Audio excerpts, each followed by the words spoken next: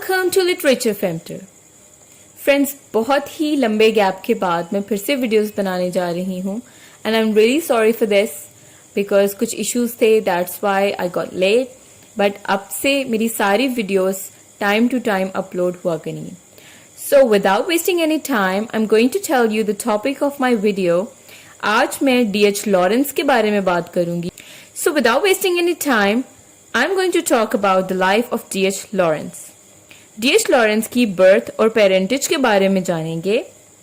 D.H. Lawrence was born in 1885 in Eastwood, Nottinghamshire. He was the fourth child of his parents. उनके father का नाम Arthur Lawrence था and he was an uninformed, uneducated coal miner who barely knew how to write his name. यानी कि एक uneducated आदमी थे इसके father. Now talk about his mother. Lawrence's mother Lydia belonged to a middle class family. Her father George Beatsell was an engineer by profession. So हमें पता चल रहा है कि लॉरेंस की जो मदर थी वो वेल टू डू फैमिली से बिलोंग करती थी। तो वो इसके बाप से कैसे मिली? She met Arthur Lawrence at a party at Nottinghamshire and was attracted by his graceful dancing, his musical voice, his gallant manner and his overflowing humor and good spirit. So उसकी personality की वजह से जो Lydia Lawrence थी वो attract हुई। और ये जो सारी स्टोरी मैं इसके पेरेंट्स की बता रही हूँ आपको, यही सब कुछ आपको इस नॉवल में भी मिलेगा। So the married life of the Lawrences was quite unhappy. It was an endless battle between sophistication and coarseness, decency and drunkenness, education and ignorance. तो obviously एक इंसान पढ़ा लिखा है, one person is educated, one person is belonging to well-to-do family. On the other hand, एक इंसान गरीब है and he is not well educated, so there must be a battle. और अब you know that कि उनके बीच में conflicts तो आएंगे, because we can say that we also see the Oedipus complex in Sons and Lovers. Disappointment in marriage, she had turned to her sons as her lovers. जब आप देख रहे हैं कि एक unhappy marriage हमें दिखने को मिल रही है, so his mother turned towards her sons as lovers. Her second son Arthur was her favorite and she had pinned all hopes of responsible future life on him. D.H. Lawrence की जो early education है, Lawrence was first sent to the local board school, though not exceptionally brilliant. वो कोई brilliant student नहीं थे. He was fairly good at studies, but he was finally good at studies.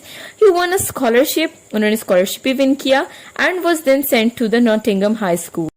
तो इस सब को डिस्कस करने के बाद मैं डिस्कस करती हूँ जेसी चैम्बर्स को, जो कि उनकी लाइफ में एक बहुत ही इम्पोर्टेंट रोल प्ले करती हैं।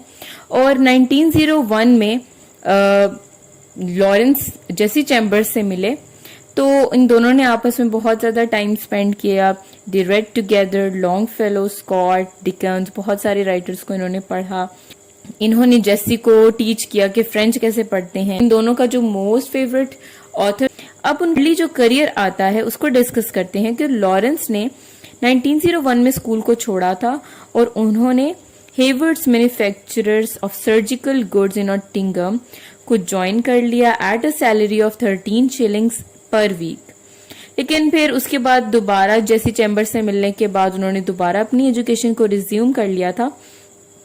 उसके बाद उन्होंने एक ब्रिटिश स्कूल ज्वाइन किया अपने होम टाउन पर एज अ टीचर। ठीक है, he had to teach in a huge room और बहुत बड़ी सी क्लासेस को पढ़ाते भी थे वो। और दिसंबर 1904 में Lawrence has taken the Kings scholarship examination for uncertified teachers. उसके बाद 1908 में लॉरेंस ने टीचिंग असाइनमेंट एक्सेप्ट कर लिया था और फिर उसके बाद फर्स्ट फेज उनकी राइटिंग का स्टार्ट हो जाता है, that is between 1909 to 1912।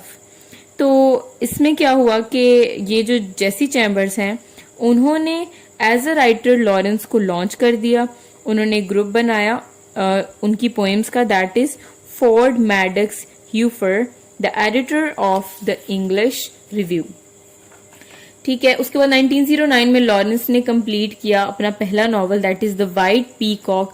Remember के जो इनका पहला नॉवल है that is the white peacock. उसके बाद ये नॉवल जो है पब्लिश हुआ 1911 में। उसके बाद उन्होंने अपना सेकंड नॉवल जो लिखा दैट इज स्ट्रेस पासर, ठीक है। उसके बाद the end of teaching career, उनकी टीचिंग करियर का एंड हो चुका था और उन्होंने फिर से क्या किया, उन्होंने उसके बाद इनकी हेल्थ थोड़ी खराब हो चुकी थी और उसके बाद क्या हुआ कि 1912 में ये मिले, किससे मिले, फ्राइडा से मिले, who he was to marry in the near future, उससे ये शादी करना चाहते थे। और ये वाइफ किसकी थी, अर्नेस्ट वीकले की, ठीक है। उसके बाद Lawrence and Frieda kept wandering from place to place till they married in. उसके बाद उन्होंने अपना थर्ड नॉवल लिखा दैट इज पॉल मॉरल।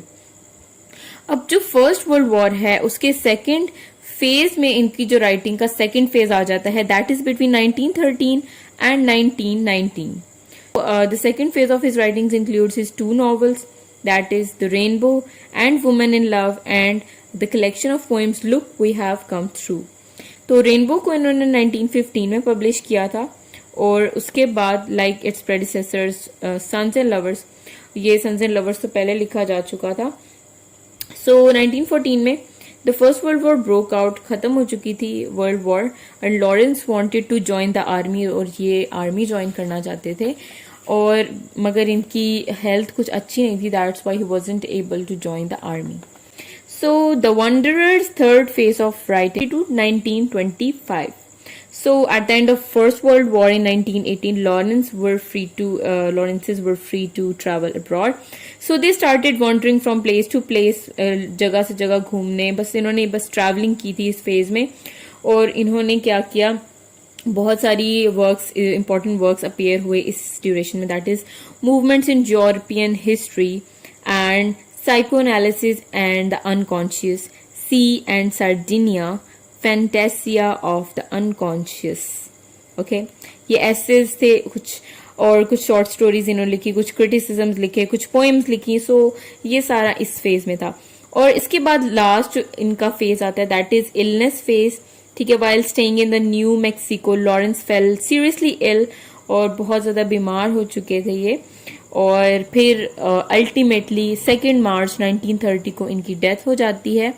और ये सारा इनका लिटरेरी करियर था जो कि आज हमने इस वीडियो में डिस्कस किया है।